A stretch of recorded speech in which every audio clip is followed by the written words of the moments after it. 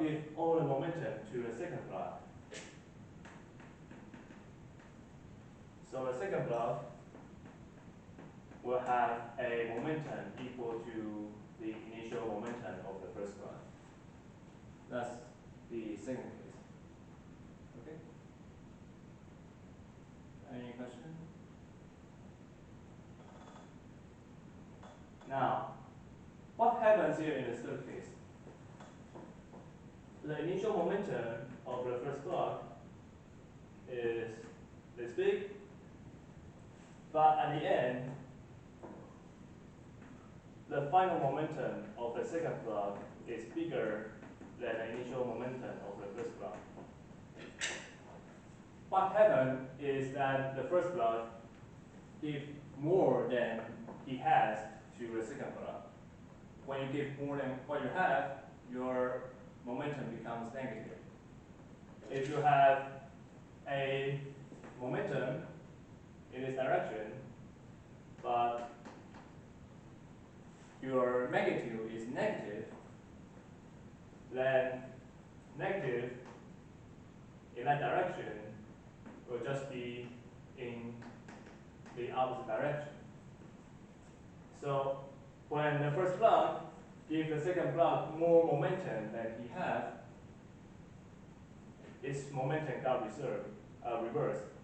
It now has a opposite momentum, or a negative momentum if you take right as positive. So you can give more momentum than you have if you change your momentum's direction.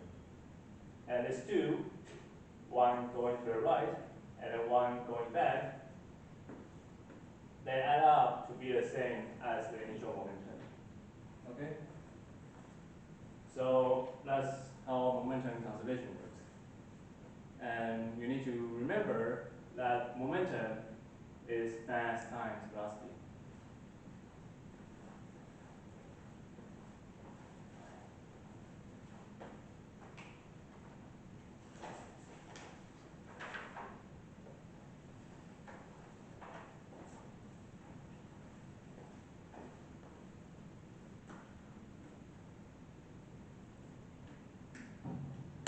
So if we look at the entire system, the momentum of the system is conserved.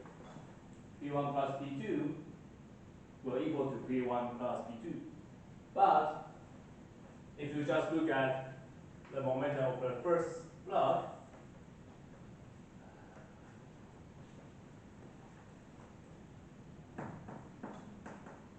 it will not equal to the momentum of the first block in the final state.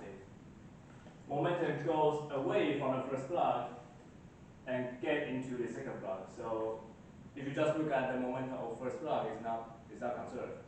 But momentum is not destroyed. It just goes into other block.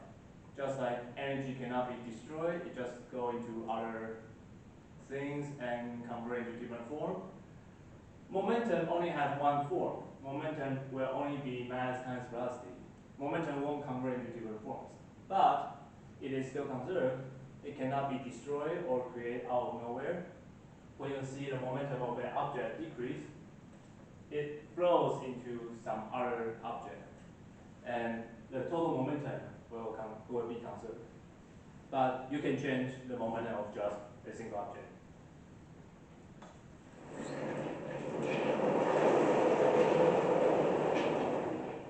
And now we're going to see how we change momentum.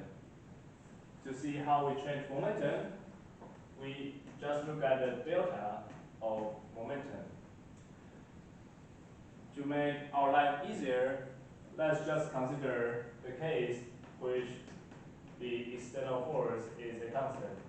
So acceleration is a constant, and the way velocity will change is by what? How will velocity change if external force is a constant?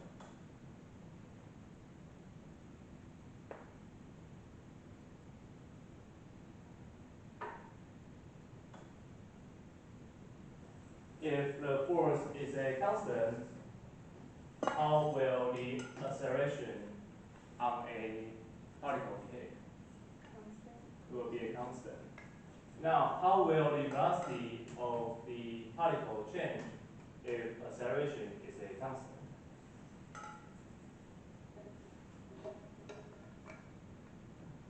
Will it be the same?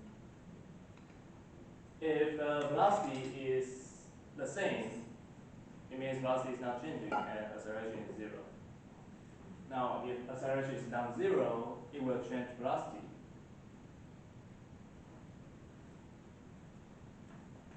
Acceleration will change velocity by making it increase like a straight line. So if you increase time by delta t, your velocity will increase by how much? Okay. Does it have something to do with how long you accelerate it, or it's always going to increase by a? If you accelerate the particle with the same acceleration, does it matter if you accelerate longer or shorter? So if you accelerate a particle with shorter time, velocity will only increase by this much. If you accelerate it for a longer time, it will increase more. So what's the expression of this increase in velocity? AT. AT, good. In this case, if I write the change of time as delta t, it's going to be A times delta t. Acceleration will change velocity if you give the acceleration some time. Just acceleration is not enough. Acceleration means the slope of this line. So if you want to change velocity, you need to accelerate it for a given time. And the longer you accelerate it, the more change will happen to the velocity. Does that make sense? Okay, good. Now, if you look at the change of position with constant acceleration, the velocity is always changing, so the slope in the xt graph is always changing, and it will go up like a curve instead of a straight line. You derived it before by doing the area under here. That's going to be the displacement, and you get a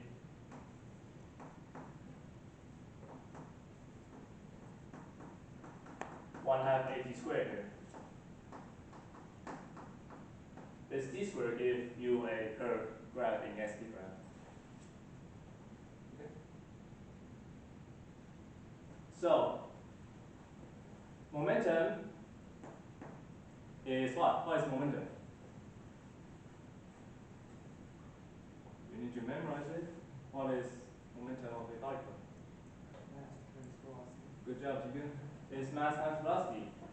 So the change of momentum will be the change of mass times velocity. Now, will the mass of a particle change? No. So the only way you can change momentum is by changing velocity. If the external force is a constant, the change of velocity will be acceleration times change of time. So you get mass times acceleration with the change of time.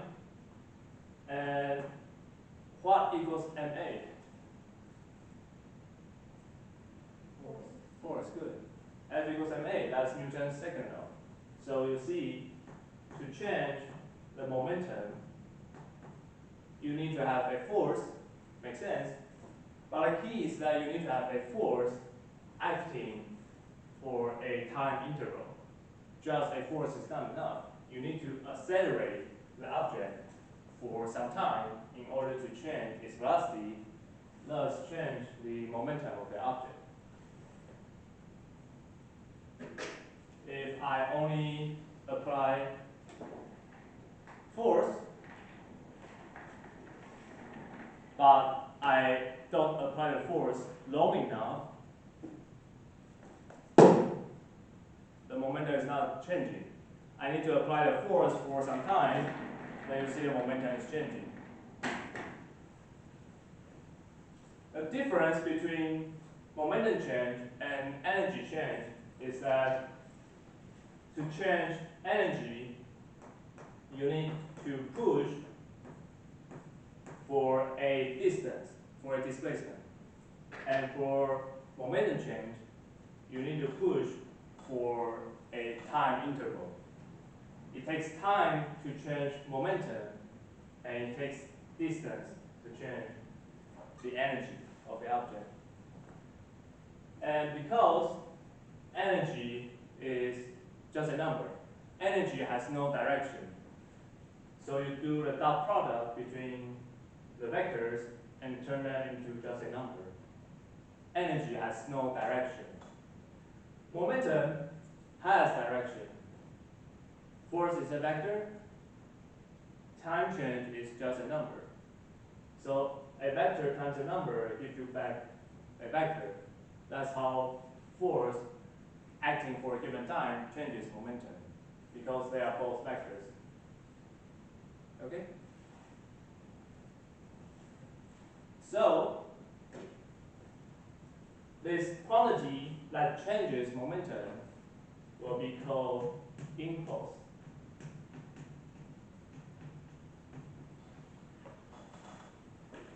Impulse is force times delta t, if the force is a constant. It is the quantity that changes momentum. When I try to change the momentum of this chair, I need to give it an impulse. To give the momentum an impulse, I need to push for a long enough time.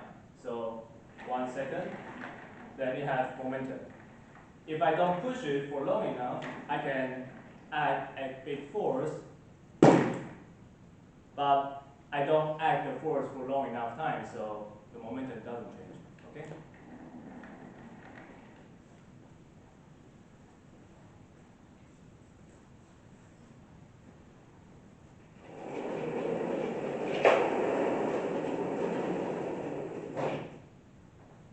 So this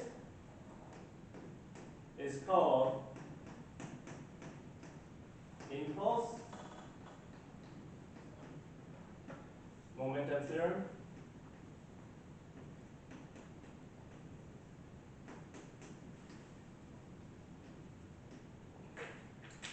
What you need to change momentum is impulse. Impulse is not force. It is force acting for a long enough time. You need both time and force to change momentum. Let's give you an example. Let's say you are a baseball player. You are the one trying to hit a ball.